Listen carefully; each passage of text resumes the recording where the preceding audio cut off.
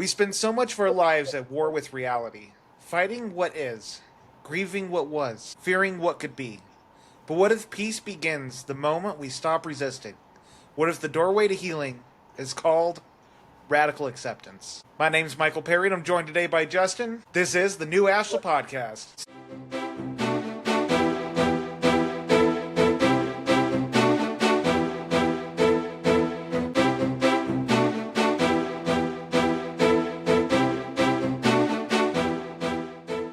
So, we did a conversation last week about radical accountability. And there's all these terms that get thrown out there with radical.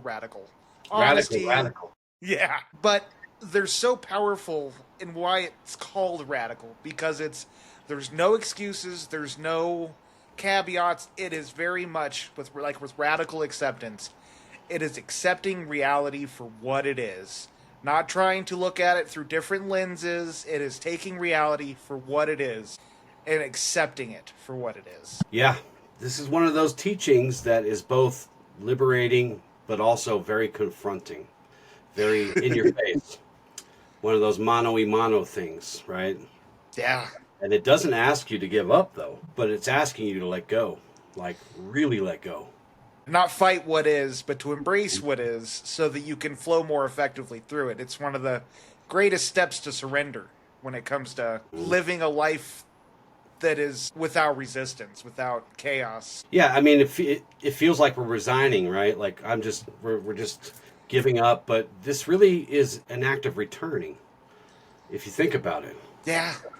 Because, in the way of Ashla, we always speak of alignment. Being aligned, being present, surrendering, as you just said. And these aren't a weakness. Again, I think I've said this before, but it's wisdom.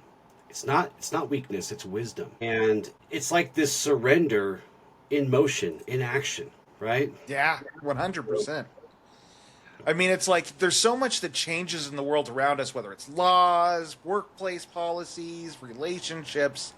And the more we try to fight these things that change around us, the more we're going to just create so much stress and anxiety. And it doesn't mean lay there and take the hits. Like, there are times in life to make a stand up for what you believe and do what's right. But it's being able to acknowledge what is happening around you, and instead of resisting the things outside of your control, accepting them for what it is. It's like one of the big things for me that I struggled the most with like when I was in that attachment. It was being too stuck on what I wanted my perception to be real compared to what was real.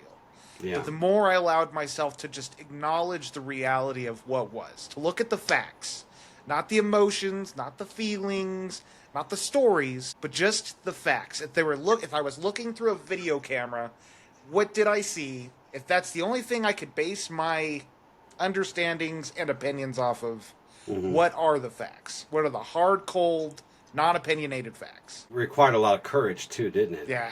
Especially when I sat there and I told you, with a smile on my face, you're going to get through this. You will be better, I promise you. Yep. And at the beginning, it's a little hard to believe that. Right? Well, it was just denial can be so powerful. Yeah. Like, and it's sometimes denial is what keeps us afloat, what keeps us intoxicated, what keeps us complacent in our decisions and our choices, even when we know we're not making the right decisions and choices. Yeah. You have this unwavering courage to, as you said just a second ago, to see things as they are, for what they are, not what you wish them to be. Yes. Get lost in that a lot. And there's an axiom, and I'm going to share lots of axioms today because this is a really good topic that touches upon them. To tolerate lesser things is wise and kindly, as this cultivates inner strength, calm, and patience. Oh, that's a perfect axiom for this. It's a good one for this. Yeah, let's dive into that a little bit before we move into other ones, because I love that, because what this axiom teaches us is that there's many things in life, example, getting cut off in traffic, that can ruin your day, make you upset, piss you off, etc. Yeah. But to tolerate these things, to not let them have an impact on your emotional threshold, to accept that dude cut you off in traffic. I'm not going to get bent out of shape over it. the more you'll be able to flow flexibly, not be driven by emotion, and be angry for the next hour, day, whatever it is. Right. I know plenty of people like that they'd have that one rough morning because they spilled their coffee or whatever, and their whole day's ruined. Dude, I had a day like that.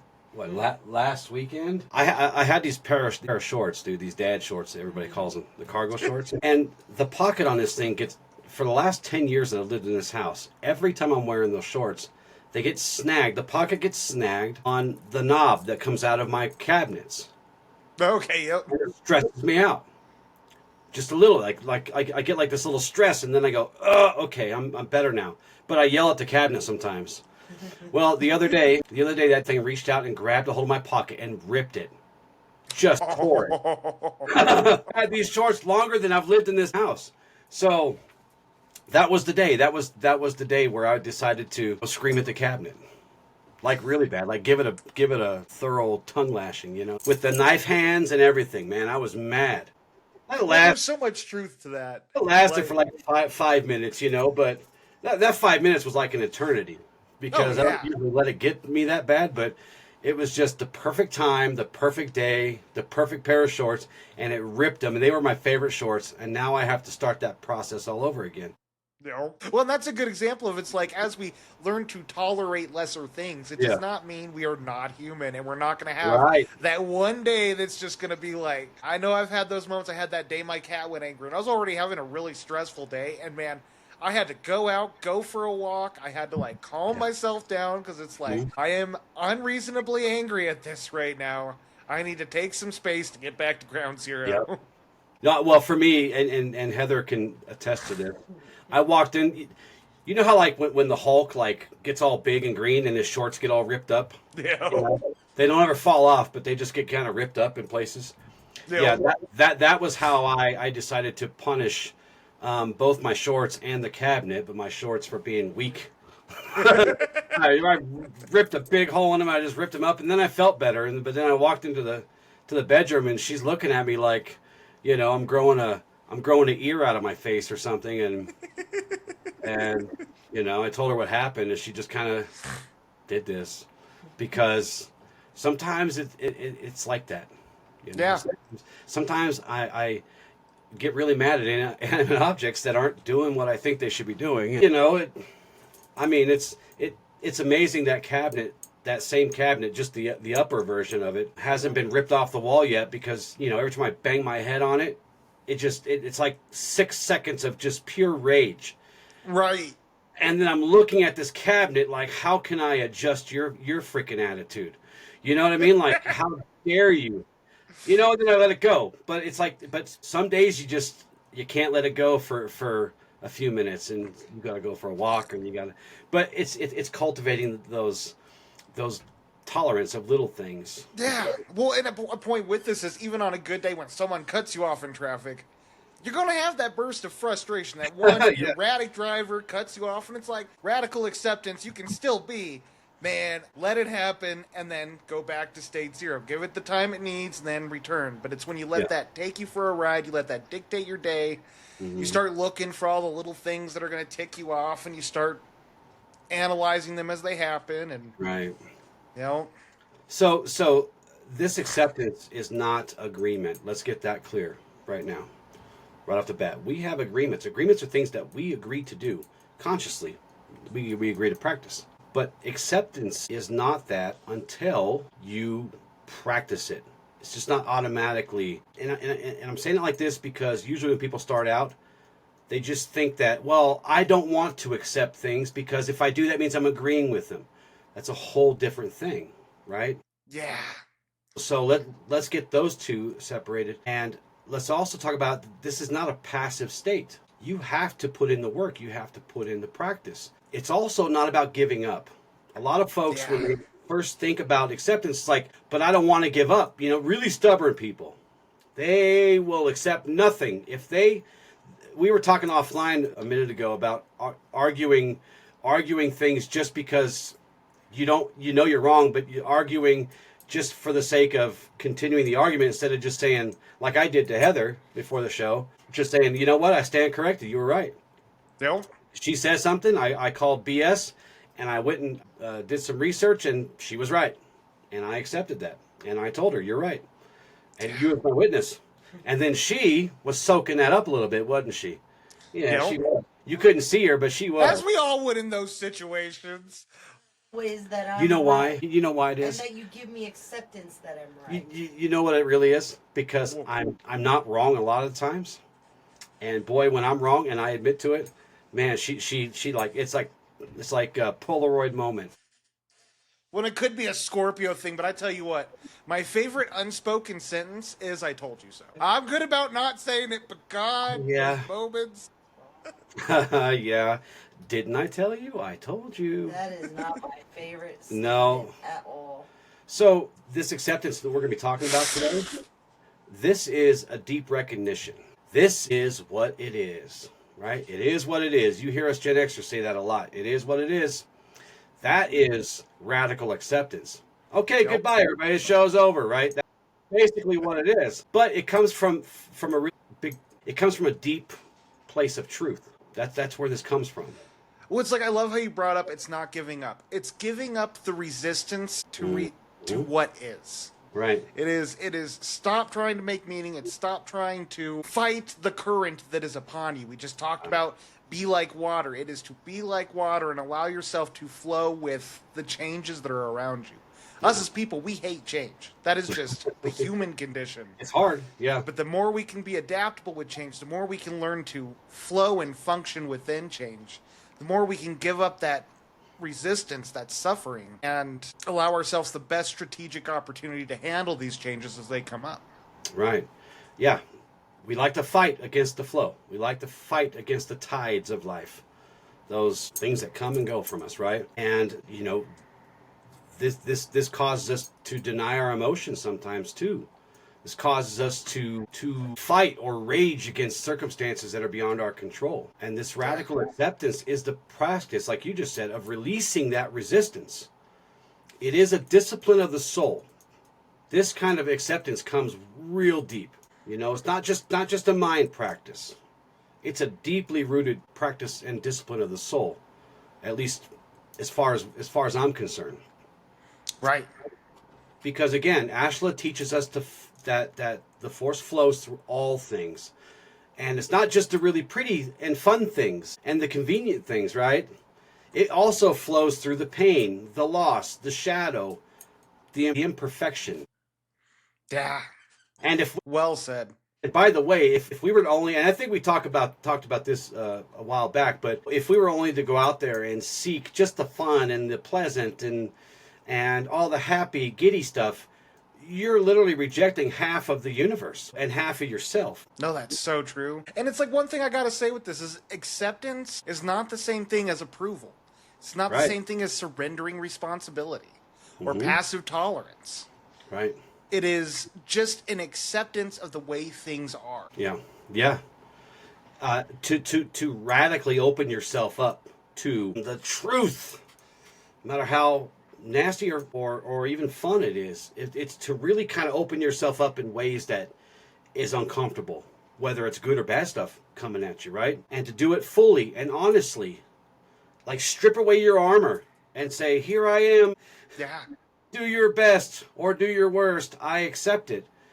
It really is like to see where you're at, your situations, your past, your mistakes, your relationships, and yourself as you are and as they are. No filters, no bullshit, just truth. So, Well, and it pairs so well. I mean, we were talking earlier about how there's all these radical's such a buzzword. There's all these different radical things. Well, this is why it pairs so well with radical accountability. Because through the acceptance of what is and being accountable with the parts you can play within this dynamic, whether that's to leave a situation or to have those hard conversations or to present other forms of ways things can go. I mean, there's a multitude of directions you can go with it. yeah. But it's being able to set back, accept what can't be changed, and have the courage to change what you can. Yeah. Yeah. And this axiom of light really gets to the heart of this. There are many things that cannot be changed. Accept these for what they are and move on. Hard to do. That is right on the money with this. Yeah, that axiom, This episode literally is this axiom. You know what I mean? So, Yeah. and we're gonna get into it. Some good stuff today. So what are some of the roots that make us not want to accept situations? What is it that drives us to hold to these ideals or to be resistant to change? There's so many directions we could go with this, but what are the roots of this? Well, we talk about how some of these, we'll just say negative, because I can't think of a better word that describes it, but these non-acceptance, right? The things kind of holding us back, they wear disguises. I like to talk about how things sneak up on us, and they wear disguises sometimes, right? Yeah. So the first one that I can think of is control. If I can manipulate everything around me, I won't have to deal with what's happening within me. If I can just, right? Yeah. I can just make everything around me fun and exciting. I won't have to deal with the shadow stuff inside or the rumination or whatever's going on with me. When you see it with so many people where it's just like, especially really angry people, it's like, I can just force everybody to play their parts. Yeah. Then I don't have to worry about the anxiety of doing anything else. Right. Than what I know. Right. This is also rooted in blame. If I can make it someone else's fault, I can avoid my own bullcrap, my own pain, my own trauma, my own judgments, my own whatever. Yeah. Not so true, though. I mean, I know I've even struggled with this, those toxic relationships where it's just like, it's easier to say this person's the entire problem. I was great through that relationship to be like, no, it's like I had brought my own sense of struggle to this, which I'm not accountable for what this person feels and is going through, but I definitely played my part in the struggles we had. Yeah. Yeah. Yeah, and Heather can tell you that she doesn't get to blame me for stuff because I own up to it. As soon as I go, bing, that was me, I messed that up, I tell her. I straight up go right into it, man. We're not going down this road of, pointing fingers and, nope, that was me. I'm sorry, whatever the case is, because I spent a lot of my life being blamed for literally everything, no matter where I was, and I'm just like, what the hell are you guys talking about? I didn't do anything. You guys are pointing the fingers at me. So, rooted in blame. It's also rooted in denial. If I pretend it's not happening, maybe I won't have to deal with it. Yeah. Feel the consequences of it, right? Oh, it's so true, though. Yeah. Yeah, because again, I'm one of those that if I make the connection, all right, Justin, you messed up. I'd rather just face the consequences now. Let's get them over with. Yeah. Let's just deal with it. Because the sooner we deal with it, the quicker we move on, right? Yeah. Well, it's like we talk about the shadow, we look at anxiety, all these repressed emotions. These repressed emotions come from these kind of events. When we deny accountability, when we deny what is going on, what is happening to us, when we can't own up to where we are messing up out loud, when we can't experience the act of, I messed up, let's work through this, let's figure out where it goes. When we repress that, this is part of the food that feeds that inner critic. That inner critic that condemns us, that says all these horrible things. It is an amalgamation of moments where you acted against your values. Yeah. That start perpetuating in your mind as rumination, as that voice telling you can't handle things. It's the law of, is it causality? I'm not positive. It's not causality.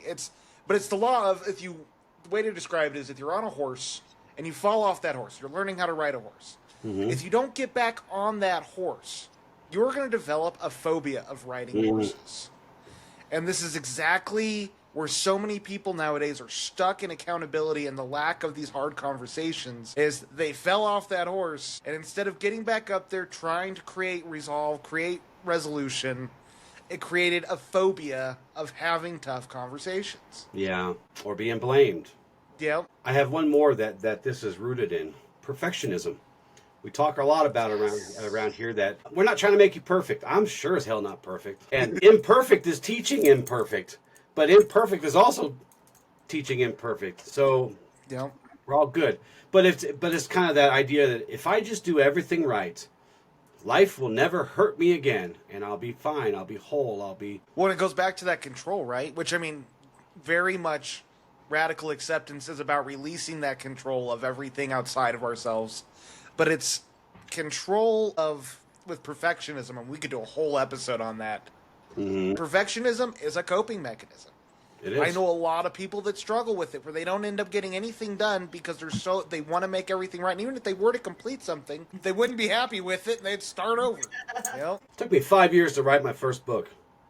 It was ready 5 years ago. Yep. It took me 5 years to finish it, and then guess what? It ended up 5 years later. It ended up basically how it was 5 years ago, or the 5 years previous. That's great. So yeah. So if I seem a little about perfectionism, it's because I am not just I'm not just a member. I'm the president of the company, your right? own What was critic. that old commercial? You're your own critic. Oh yeah. No, I was really hard. Now I just write them and go, I should let someone read this, and then I'll just throw it to publisher.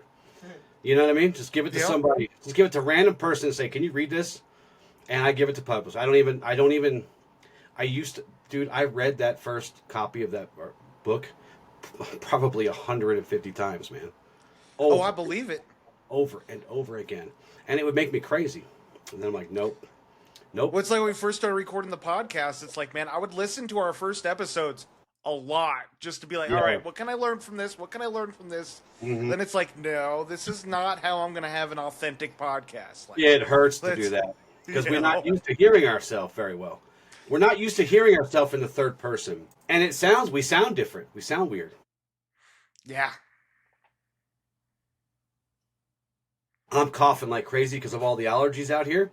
His eyes are all red because of the allergies. Welcome to Colorado, where the trees are trying to choke us to death. It's the truth, though. But I was out today, and it's just like pure allergies. I know, and because we live in Colorado, they think it's all weed. I don't smoke weed, but you probably scratch that. Scratch that. So to understand this idea of radical acceptance, these are kind of the opposites. When we talk about the roots of it, we're talking about their opposite. And non-acceptance, the thing to understand, it's not a surface level issue. This is a deeply embedded reflex trigger rooted in fear, rooted in trauma and control, and really the ego's desire for certainty of its existence. Like, prove to me I'm real, prove to me I'm real, prove to me I'm real, over and over and over again. It doesn't matter what it's doing to you, making you crazy over it. But when we reject reality, we talk about this all the time, we must always meet reality where it is. When we reject that, it's not because we're bad or we're broken. It's because somewhere along the way, we learned that reality sucked and it was unsafe for whatever reason, right? Yeah. And we resist what is because we fear what it says about us. We grieve the loss of what could have been. You know, we always think back, wow, man, what could have been? What could have? It's like the what ifs we talked about. And really stuck to a version of our life that never came to pass. Oh, I've seen that happen so many times when we don't want to see ourselves for what it is because we spend our lives thinking we had to be perfect. We watch these movies. I know for me, I dissociated all the time as a kid where I lived in movies.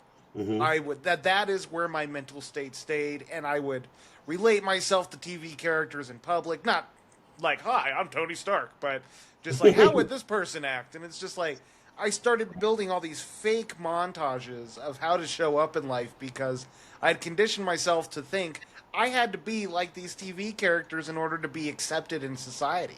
Yeah. When in reality, it's like, the more I started to accept myself and present the world who I was unfiltered, that's where true joy came from. Yeah. Not sure where I was going with that. Well, here's an axiom of light that kind of puts us in this spot. And it'll carry us here soon when we talk about ways to combat this. But without truth, there is no trust. If we don't force ourselves to face the truth, we will lose trust in ourselves. Yes. Right? Oh, that's so important because, It is. man, I see so many people struggle with self-trust, and they don't realize it because they're so stuck in their conscious brains. Like, I trust myself. I'm the only person I do trust. It's like, that's not the self-trust we're talking about. Right. Your soul, your unconscious, keeps a tally mark of all the times where you didn't hold up to your values or standards. And when we resist reality and deny ourselves the truth of that, we know the truth inside. We just fight that. It's that cognitive dissonance, right? It's holding two different values, two different things at the same time. It creates so much mind talk because our minds are trying to reconcile reality, but we're stuck between what is and what we want it to be. Yeah. Yeah, it fractures our relationship with us, with ourselves, and actually with the Force or God or your deities. It puts a block in there between you and them because those things are authentic, unapologetically authentic, and we must work to be that too. But that requires complete truth so that we can have complete trust. You know, we cannot cling to those what should have beens, and we miss the power of what is, and you know, or because if we don't, we miss the power of what is. And when we fight this truth of the moment, we lose the opportunity to transform within it, to perform alchemy. Those happen moments to moments to moments.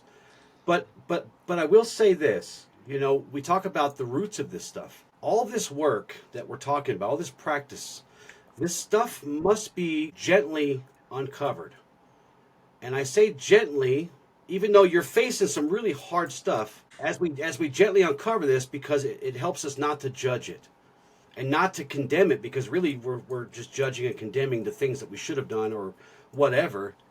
But we have to do it gently so that we can understand what each root is and how to start dealing with it, right? Because each time we resist something, especially the truth, it creates a wound, like you said. It creates a little scratch, a wound, and each wound is an invitation for healing. So if you decide to choose to look at it that way, we wound ourselves a lot.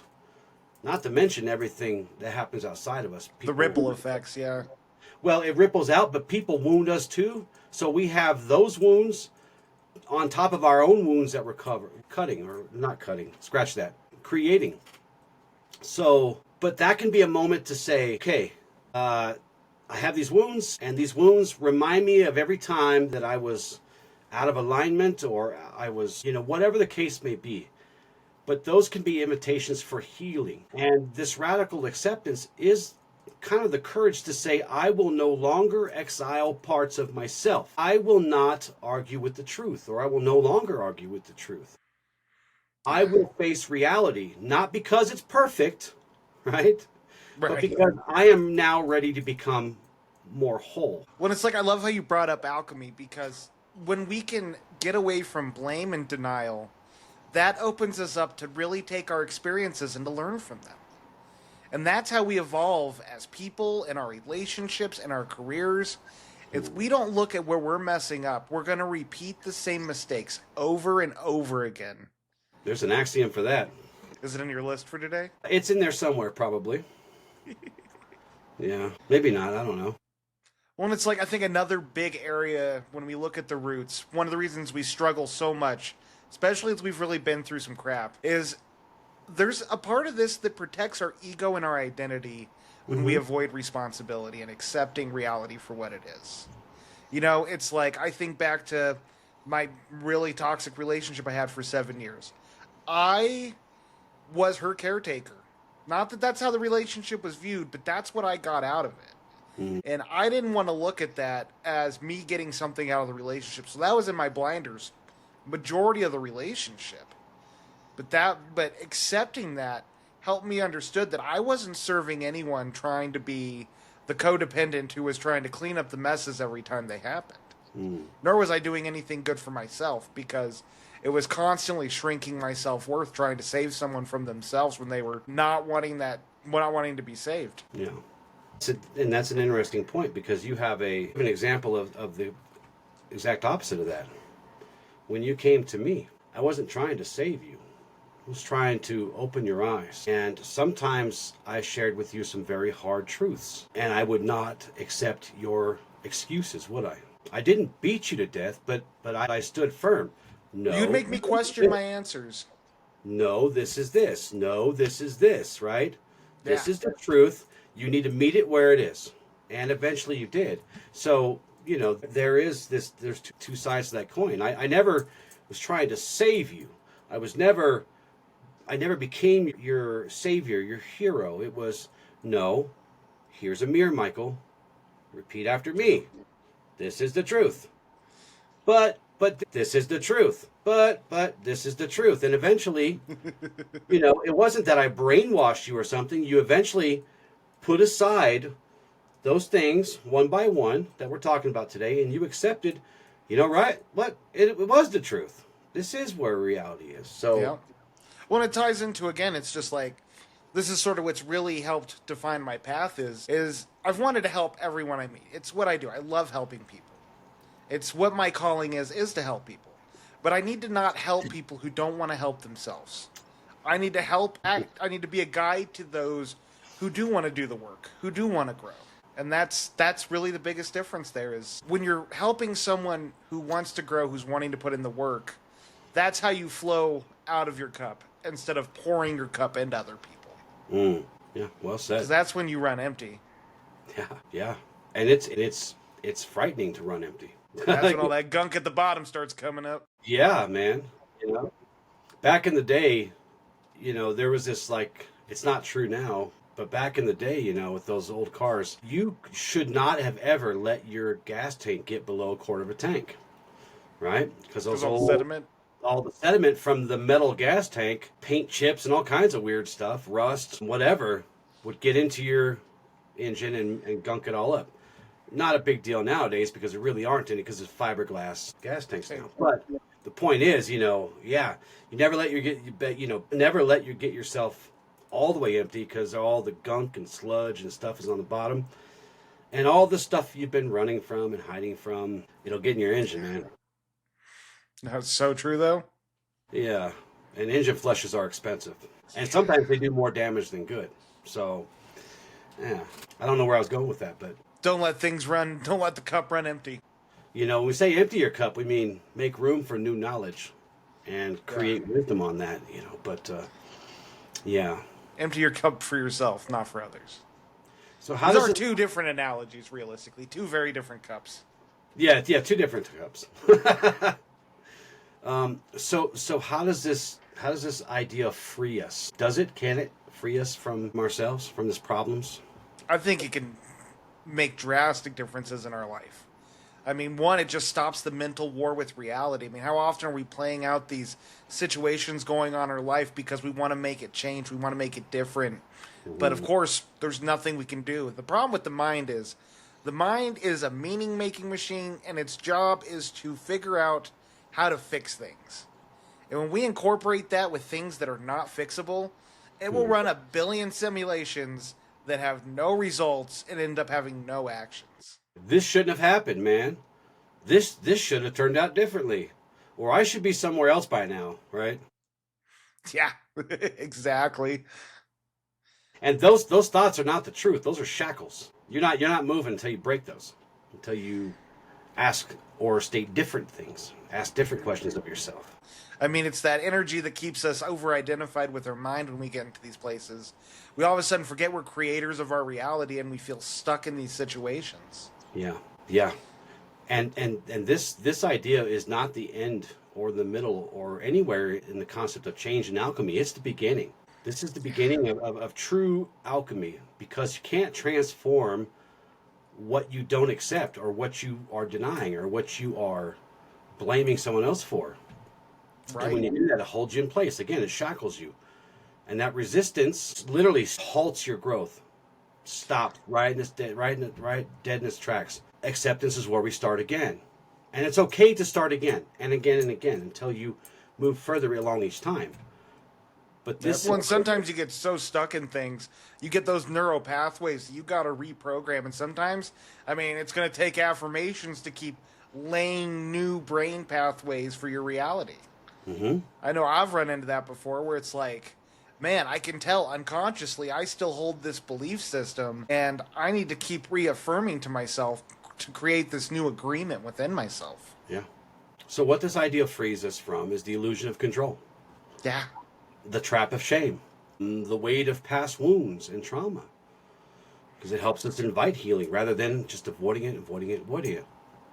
It frees us from the paralysis of perfectionism. So to accept reality as it is, again, doesn't mean that we necessarily agree with everything that we accept, because sometimes we just have to accept things as they are and move on.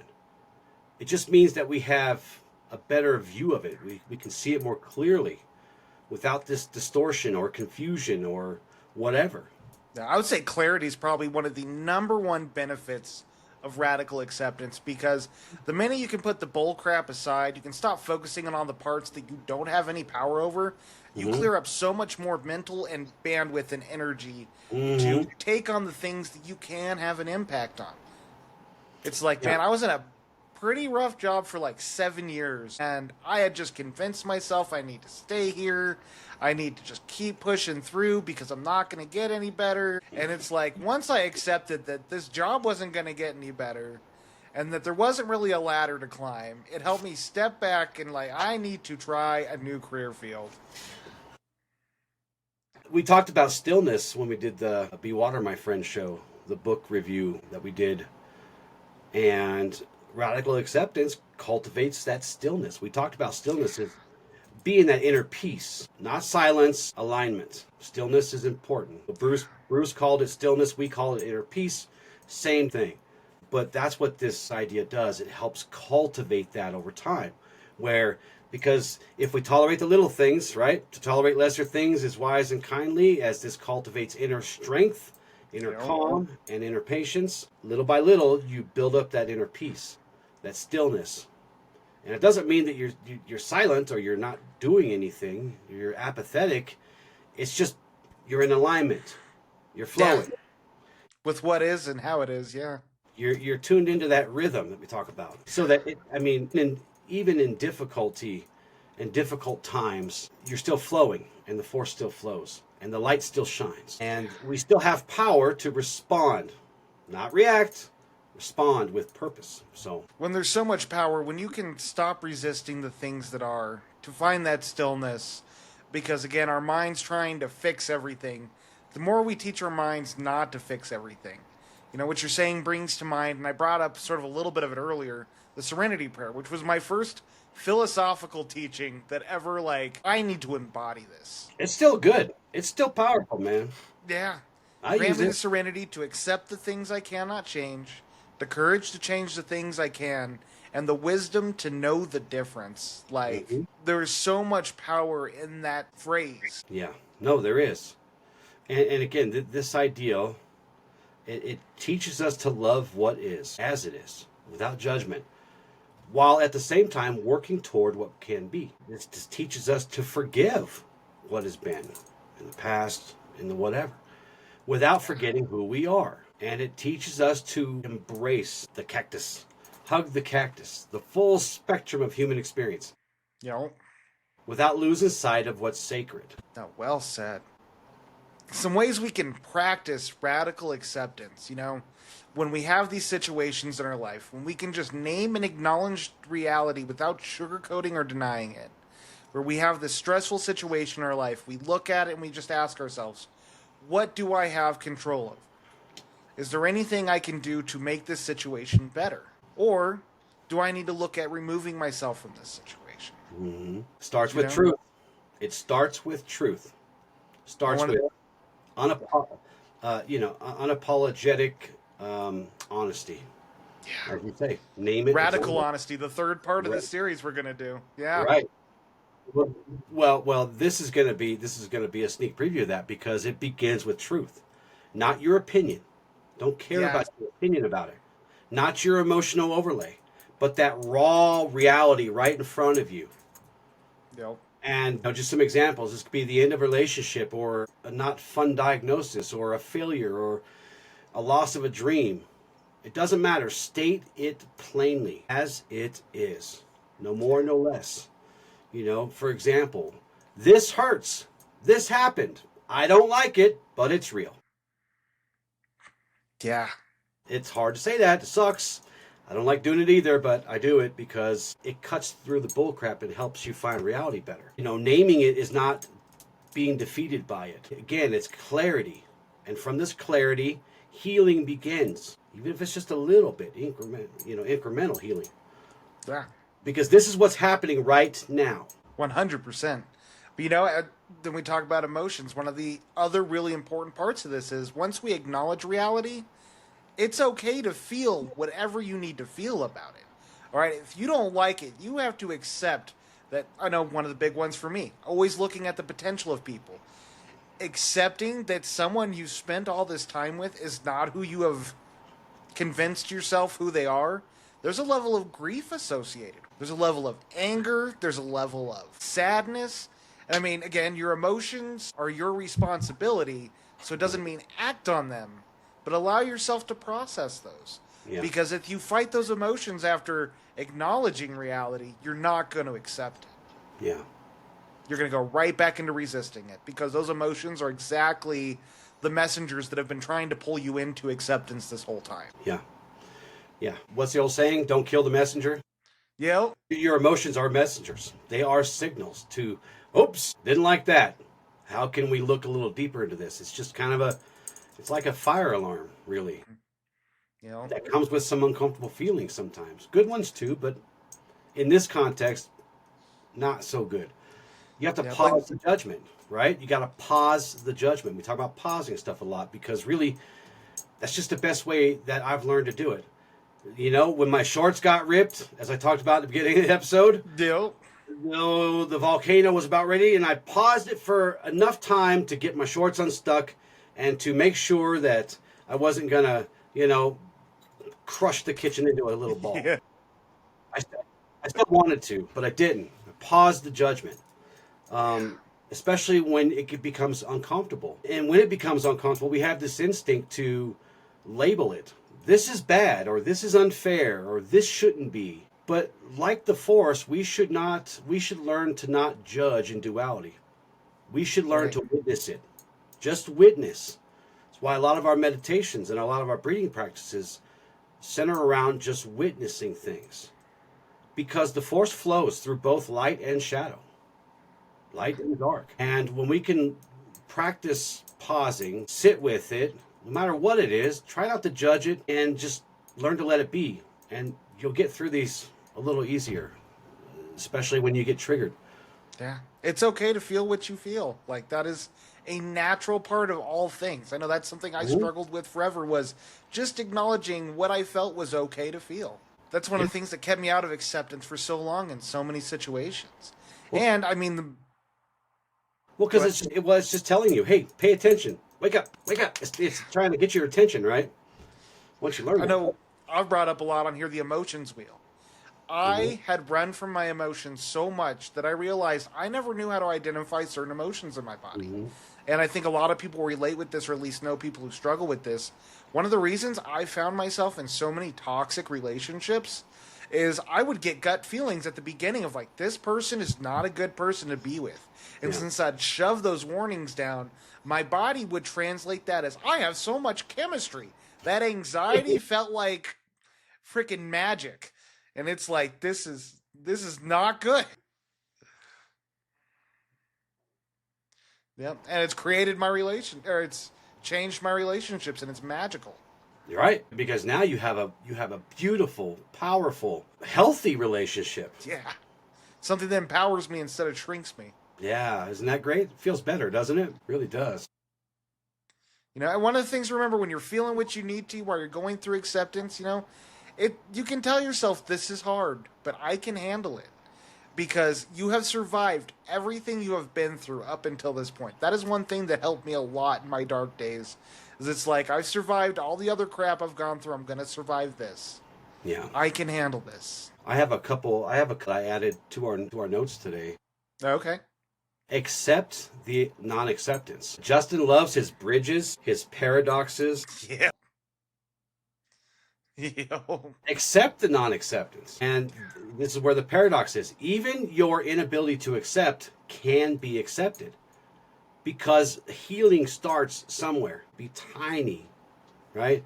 There is no virtue in forcing your way through the pain. Yo. Well, it's like that attachment, man. It's like, once I was getting towards the end, it's like, I saw the truth for what it was. But at the same time, I wasn't ready to accept it. And that was okay. I had to get myself to a point where I was willing to accept it. Yeah. And that's what set me free, was working with myself where I was at and not trying to bulldoze or force my way through it. That's right. And there is no demand that you rush your growth. None. Those are falsities. Those are untruths. The only person you should compete with is yourself. That's right. This idea is just simply calls you to be with what is. Sit with it as long as you can. Even if what is resistance, you have to start somewhere. You can say to yourself, this too is part of my journey, right? I allow this moment without rushing past it. We have to start somewhere. And where do we start that somewhere at?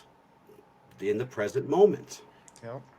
When pain and regret and all this stuff tries to consume us, it often pulls us where? Pulls us into the past. Into the past. Or sometimes, not as often, or it puts us in a catapult and fires us off into the fear of the future. Yep. Right? But the only place where these things can start to grow and the healing can begin is right now. Each moment. Right here, right now. And, what am I feeling? What is it in my body? Can I sit with this sensation without trying to fix it? So, those were a couple extra ones I wanted to Oh, those are good. add on there. Glad you did. You and your paradoxes. I know.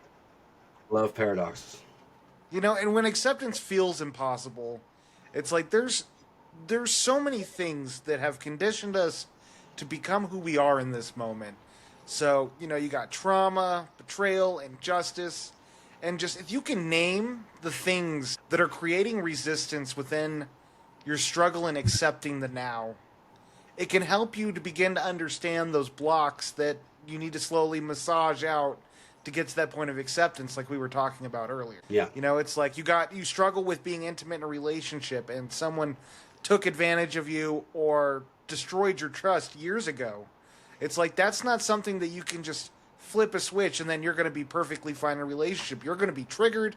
You're going to have moments of invulnerability. And it's not judging yourself for that nor staying complacent with that.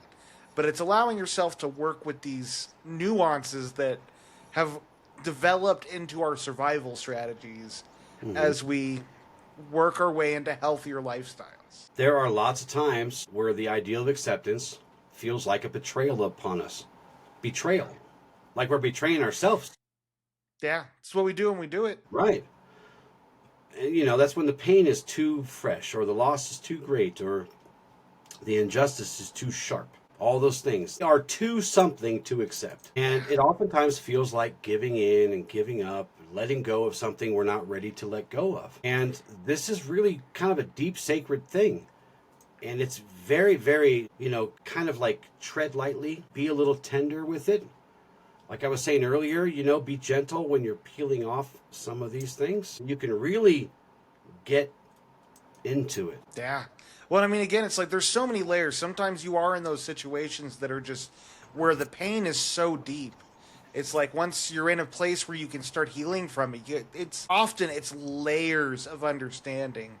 I did a lot of research on trauma bonding, and it's like they talk about how healing from a trauma bond happens in certain sections where it's like first you go through the sadness and the grief, then you go through the anger and betrayal, but then you go into the confusion and starting to see the picture for what it is. And it's just like the time it takes to work through these. We talked about DABDA before, which is the stages of grief: denial, anger, bartering, confusion, acceptance, and depression. And yeah, that's what I was looking for, not confusion. But you bounce between these and slowly work your way through acceptance. You discover the layers, start seeing the picture more fuller and fuller. Because like we said, the greatest gift radical acceptance can give us is clarity. To see things as they are and not as we want them. Yeah, and remember, when you're going through this stuff, especially when this feels impossible, right? Yeah. You're not failing. You're not broken. You are in process. You got to start somewhere. None of us just magically got to acceptance or learning this really degree of acceptance.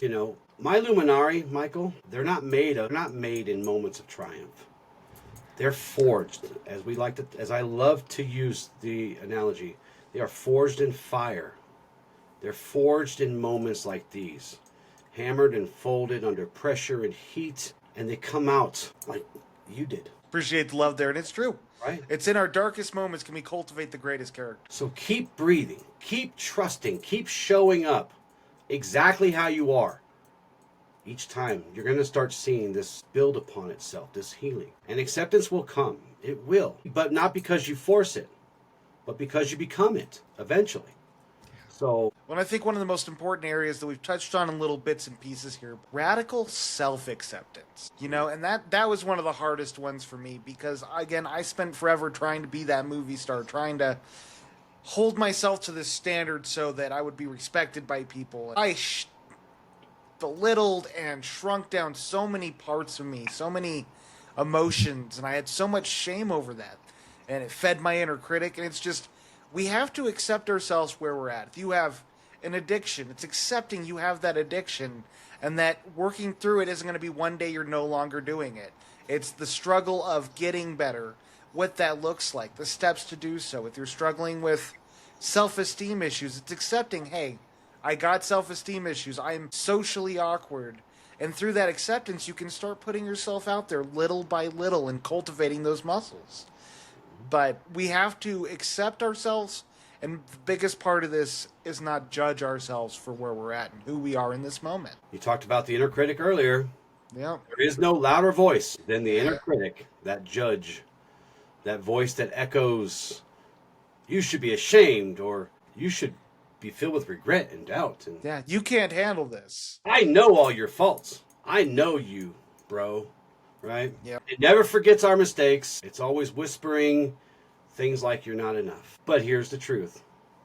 A great heart achieves greatness, right? Isn't Yeah. that right? Yeah. And that greatness begins the moment that you lay down the sword that you've turned on yourself. You stop fighting yourself. That inner critic, man, that's the shadow in the mirror, wouldn't you say? Oh, 100%. Tells you you're not good enough. That's not truth speaking to you in any capacity. That's the residue of years of conditioning and trauma and comparison. Yeah. And this radical self-acceptance does not mean that we stop growing. It means we stop warring against who we've been. You are not your past. You are not your pain. You are the one who survived. Don't forget that. Yeah. No, that's so beautifully said, because I know it's like when I was working with one of my coaching clients and she was going through it. She had just left her toxic relationship. She was cultivating that independence. She was drinking more than she wanted to. She was depressed. And she's like, you know, I am just not doing good. Like, I feel like I'm not making any progress. And it's like, girl, look at what you've done. Like, what you're feeling, you just got out of a marriage that you had for years, and it was an abusive relationship. You have all these different things that you have been cultivating within yourself, and you've left this. Of course you're going to feel these things. Mm-hmm. And you know what? Just because you're drinking doesn't mean it was bad. The one analogy I love that I gave her is, you look at all these people that we idealize. Marcus Aurelius, you know, all these famous people who have shown being strong and getting through hard times and becoming leaders. When they were in the trenches, it was not any prettier for them. No. You have to believe they had their moments of struggle, whether it was their own addictions, whether it's just feeling like crap. I mean, the healing journey is not pretty, and we feel like it's this beautiful awakening, and life is struggle, life is suffering, and it's all about being able to take that suffering and still try to do our best. And that's what she was doing the whole time. I told her, I'm so proud of you. Like, I get you feel this way, but don't be so hard on yourself, because you're doing amazing. Look at how you're standing up for yourself now in your life. Look how you're standing on your own 2 feet. Look how you're not tolerating the crap you were dealing with before. That's progress. Yeah, and a lot of times that inner judge leads us to being very shameful all the time. And shame really is the cage of not enough. If people really knew who I was, they wouldn't love me. You know, something like that. Yeah.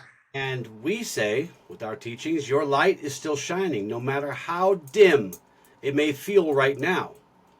And to radically accept yourself means you release this belief, this false belief, that your worth must be earned. You don't owe anybody anything. No. You don't, how do I put this? You don't need to have the frame of mind that you have to, that you have to earn love or you don't deserve love. You only need to just be open to receive it, and that's enough. That's all you got to do. That's enough. Don't worry too much about earning stuff from people. You know, if people really make you work that hard for your worth, they're not worth being around.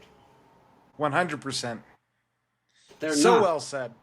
Well, it's just, I mean, I think to your point, it's like one of the things I've realized, one of the paradoxes of healing is I started getting into this journey, doing this work while I was going through a horrible time where I felt just this attachment I was in. I felt like I was unappreciated, unwanted. I thought I was this flawed person, and I started getting into healing, and I'm like, I am going to not let myself fall into these dynamic again. Mm-hmm. And one of the hard parts of my recent shadow work was realizing a lot of my shadow work is me trying to use my healing as my justification for, it's how I'm trying to push further. It's the bar I'm raising on myself. I got to catch myself in my moments where my healing is not something I'm using as, if I do this, I will be worth it. But instead, I am worth it now, even if I were to stop my healing altogether.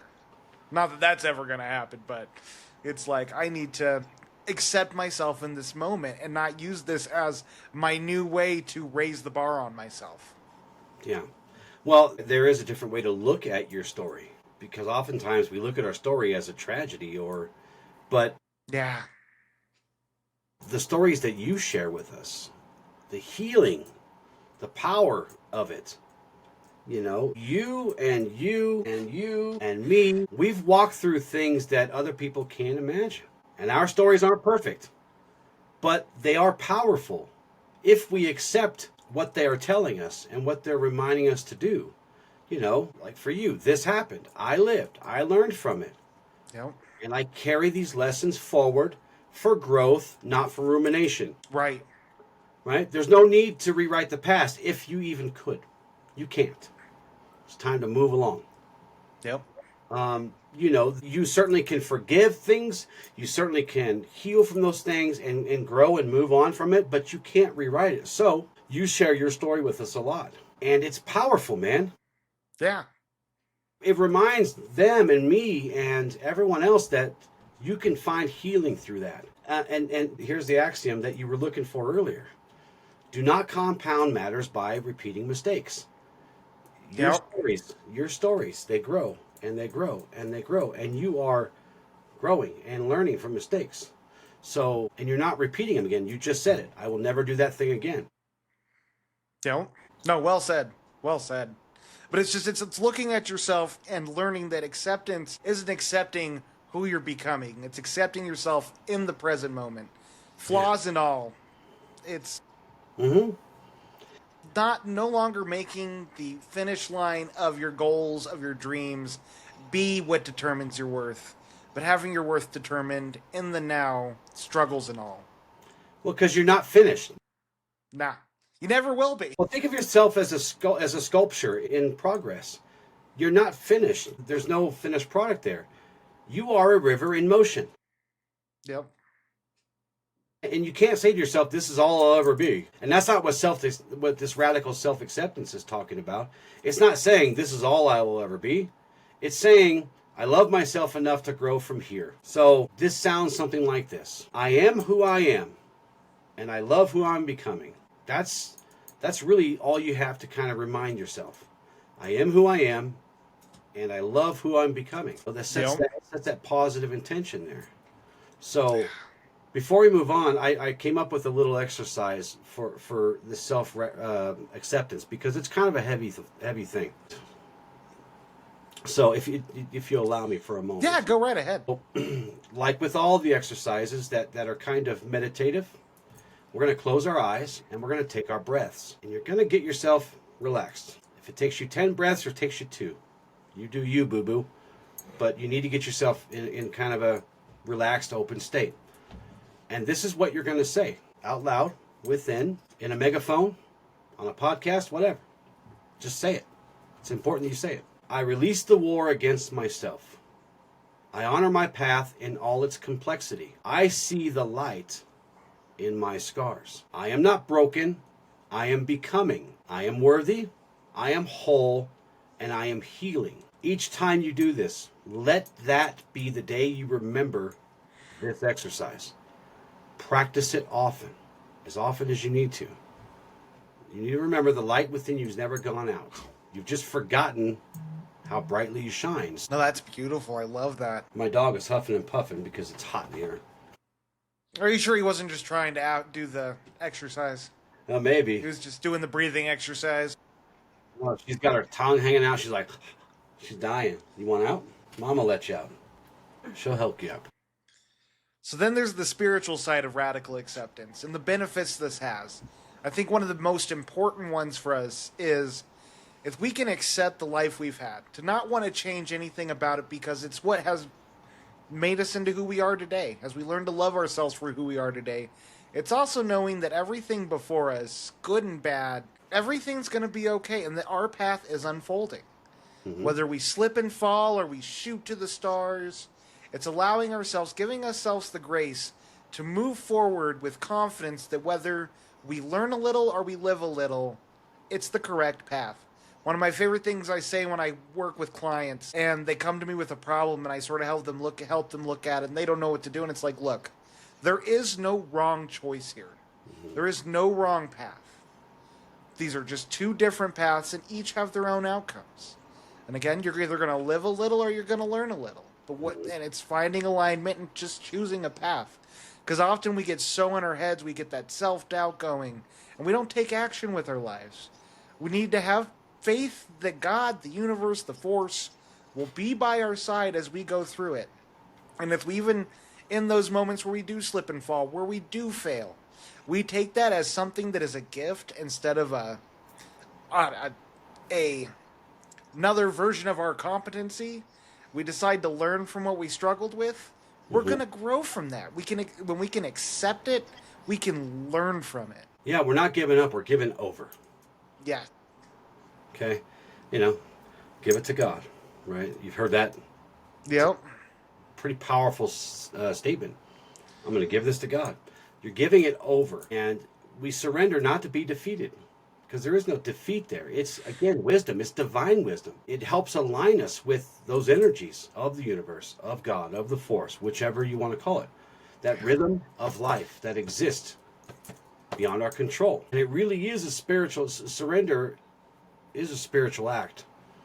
It really is. And it's the way of Ashla.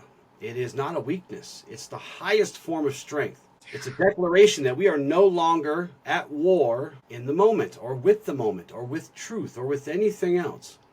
We're no longer forcing and pushing or fixing or fleeing. We're choosing to be here. And it's not passive. It's actually deeply active, wouldn't you say? Oh, 100%. You know what?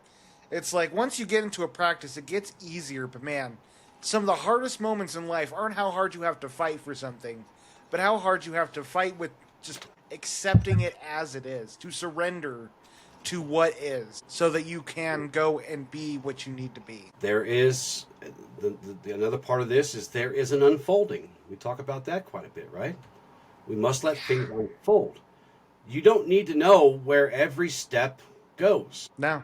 You just need to trust that every step is taking you somewhere for your betterment.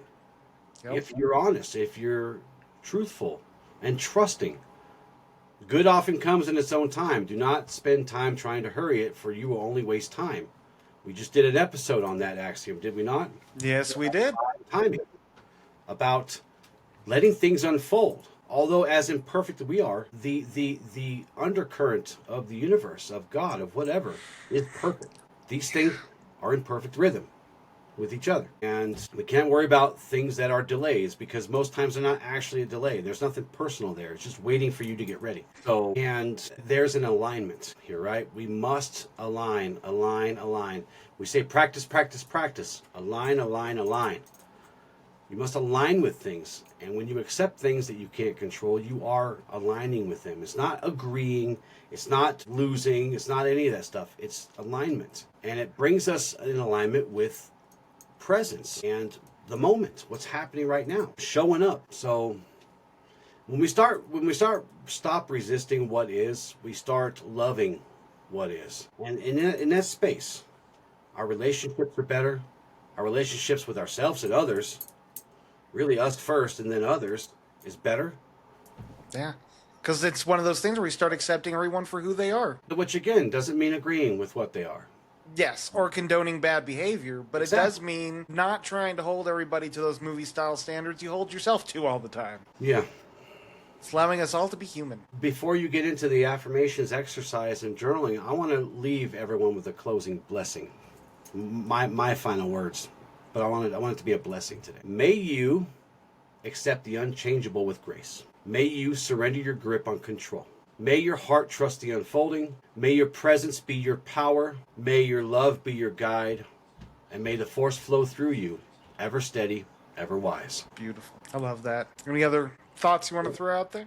No, that's all I got, man. Perfect. For the affirmations we got today, I accept myself completely, even when I don't understand my pain. What happened may have shaped me, but it does not define me. I don't have to like this moment to allow it. I surrender the need to control, and I trust myself to respond with love. Even in uncertainty, I am safe to be me. For our exercise today, take some time. Go stand in a mirror. Give yourself at least 30 seconds. Look at yourself. Take in every part of you. This is part of developing that self-love, that self-acceptance.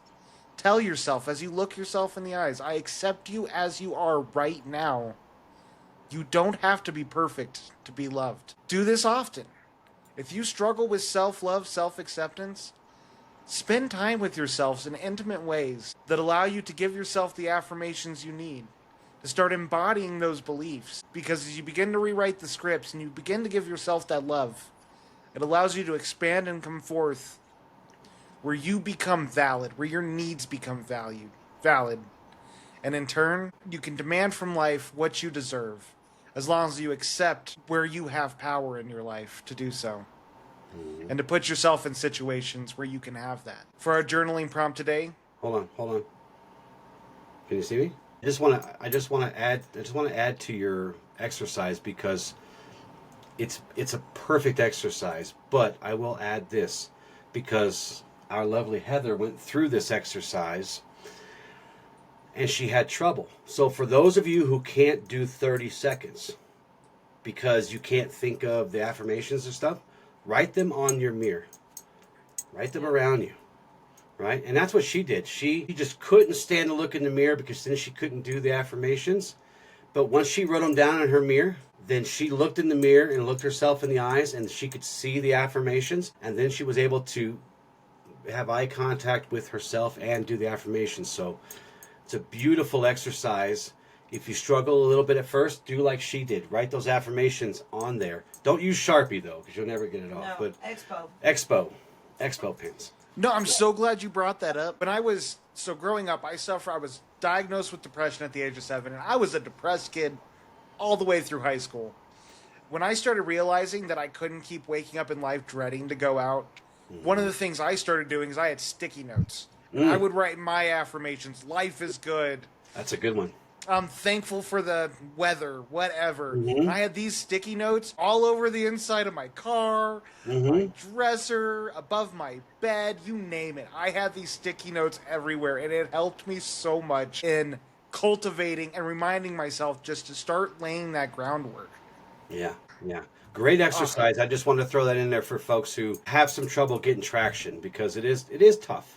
No, I'm so glad you brought that up. Another quick thing you can do if you struggle looking in the mirror, I know a few people that have that where they have so much internal struggle that looking in the mirror, they just feel frustration looking at themselves. Man, you can give yourself a simple high five. All right, there's Mel Robbins. She wrote a whole book about that. Give it up, bro. Yeah. Give it up, bro. And just, good job, man. Good job today. Celebrate those little victories. Give yourself that high five. It's all about the little things that compound into big things. Put it as a wallpaper on your phone, so when you open your phone in the morning, that's the first thing you see. You give yourself a high five on your phone? No, that affirmation. The affirmation. I'm not gonna lie, Heather. When I started doing the training under Justin, he gave me my axiom every day to write my little essay about every day. I would screenshot the axiom and make it my wallpaper so all day I would see it and reflect. I did that. So, yeah. And then I broke it into pieces in my own way to understand it. Because each Hell one yeah. understands them differently and learns something differently from it. Amen to that. So for our journaling prompt today, what am I still trying to control, change, or fix in order to feel at peace? And what would it look like if I accepted it instead? So just ask yourself that question. What in my life is creating this turmoil? And what am I trying to control about it, change or fix? Good ones. Well, thank you so much for joining us today. This was a great conversation. With love and gratitude, Ad Lucem. Ad Lucem.